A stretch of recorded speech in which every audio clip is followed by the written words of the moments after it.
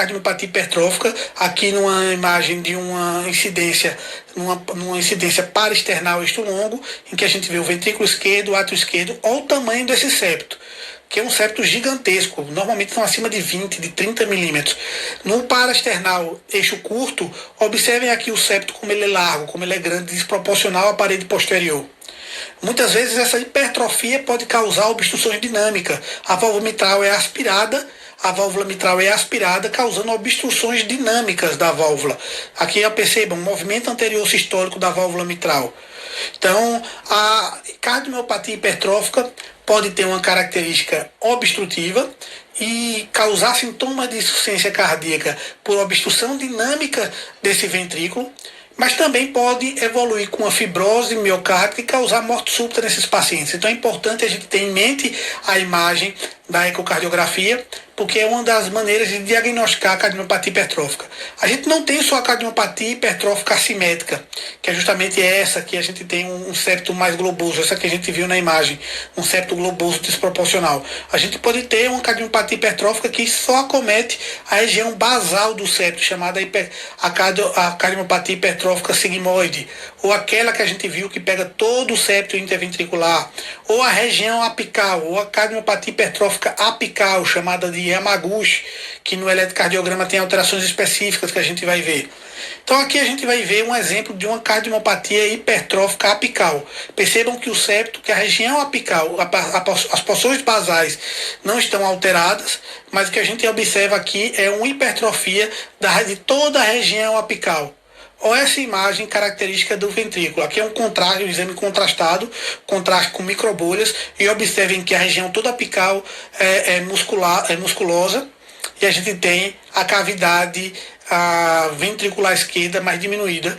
E quando a gente utiliza o contraste ecocardiográfico, a gente consegue exacerbar mais essa imagem. Percebam aqui, ó, a região médio apical toda acometida da cardiomiopatia hipertrófica. Quando a gente vai avaliar o eletrocardiograma desses pacientes, a gente tem essa T negativas, sinais de hipertrofia ventricular com T negativas bem profundas. Então, a partir disso, a gente pensa na cardiomiopatia hipertrófica apical, chamada também de Yamaguchi.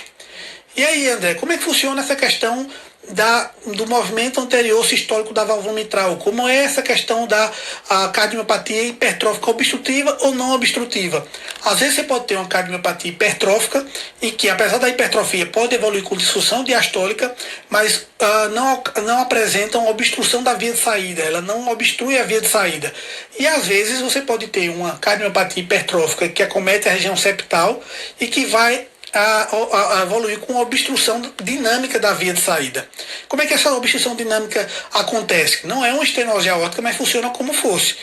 Então a gente tem aqui um septo, a gente tem uma via de saída. Quando você tem uma hipertrofia desse septo, existe um estreitamento desse septo, causando um aumento de velocidade, de fluxo. Esse aumento de fluxo aqui causa um efeito Venturi. Então o sangue, quando passa, ele aspira a válvula mitral. Ele aspira o folheto anterior da válvula mitral e aqui meio que obstrui. Então você está vendo aqui que a válvula mitral toca no septo, causando uma obstrução. E quando ele aspira essa válvula mitral, ele faz com que não apresente coaptação. E muitas vezes esse movimento anterior sistólico evolui com insuficiência mitral importante. Então observem aqui, ó, ele aspira essa válvula mitral, a válvula mitral toca no septo interventricular, causando uma obstrução ao fluxo aqui, obstrução dinâmica, e muitas vezes também causa um refluxo mitral importante, porque como ele aspira aqui, ele abre a válvula mitral que deveria estar fechada, e muitas vezes aqui ele causa uma insuficiência mitral. Então o paciente pode evoluir com dispneia pela disfunção diastólica, ele pode evoluir com piora da dispneia por uma obstrução dinâmica da via de saída, e ele pode evoluir com piora da dispneia por um aumento da insuficiência mitral. Então todos esses mecanismos estão associados. Então aqui a gente vai observar como a gente avalia o movimento anterior sistólico da válvula mitral. Então observem aqui, ó, existe um efeito Venturi, a válvula mitral é aspirada e ela toca no septo interventricular. Aqui, ó, tá vendo ela tocando no septo interventricular. Isso aqui ele causa uma obstrução dinâmica e o refluxo mitral. Causa uma insuficiência mitral importante.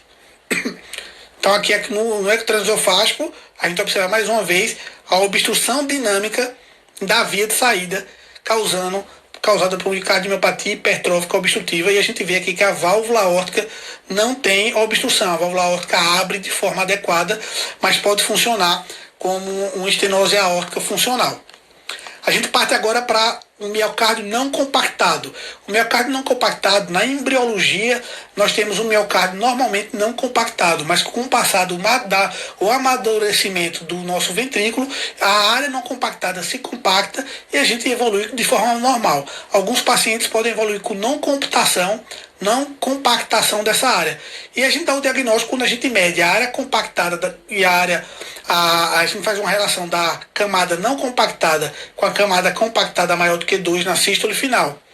Então a gente percebe que existem trabeculações bem proeminentes, essas trabeculações passa sangue por esse local e o ecocardiograma pode ajudar no diagnóstico, porque esses pacientes com cardiomiopatia relacionada a miocárdio não compactado podem evoluir com insuficiência cardíaca, tromboembolismo, porque essa região, essa trabeculação pode formar estase, essa estase pode formar trombos, e esses trombos podem se deslocarem para o cérebro, causando, ou para outras áreas, outros leitos arteriais, causando eventos tromboembólicos. Então, o miocárdio não compactado está associado com insuficiência cardíaca, tromboembolismo, arritmias e morte súbita. Então, qual é a imagem do miocárdio não compactado? Percebam aqui, uma área esponjosa de miocárdio todo não compactado, várias trabeculações. Então, aqui é uma imagem clássica de um miocárdio não compactado. Quando a gente coloca um Doppler colorido nessa área, a gente vai observar que existe fluxo ao redor dela. Então, quando a gente faz uma relação entre essa área não compactada com a área compactada maior do que 2, a gente suspeita de um miocárdio não compactado e muitas vezes esse paciente vai para uma ressonância para confirmar o diagnóstico. Agora a gente vai para a imagem de endocardite. Aqui a gente tem uma incidência paraesternal eixo longo e a gente vê a válvula aórtica e a válvula mitral. O que a gente observa aqui? Uma imagem filamentar no folheto mitral, na cúspide mitral. Quando é na mitral, ele tem essa vegetação, que é um filamento, tem uma movimentação meio desorganizada, meio aleatória, como se estivesse passando uma bandeira em uma sobrecarga, uma carga de vento, fazendo com que essa bandeira balance.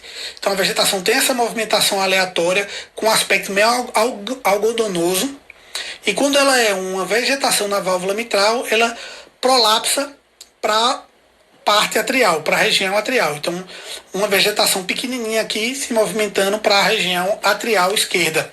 Vegetação.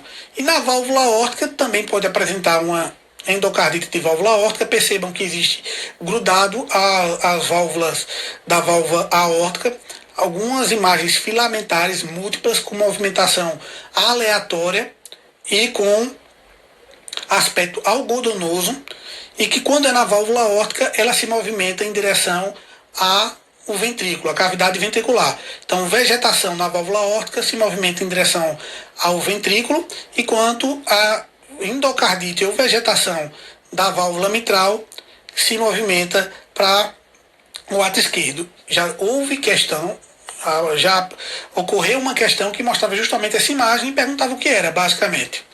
Okay? Então agora a gente finaliza a parte do Atlas ecocardiográfico e a gente parte em seguida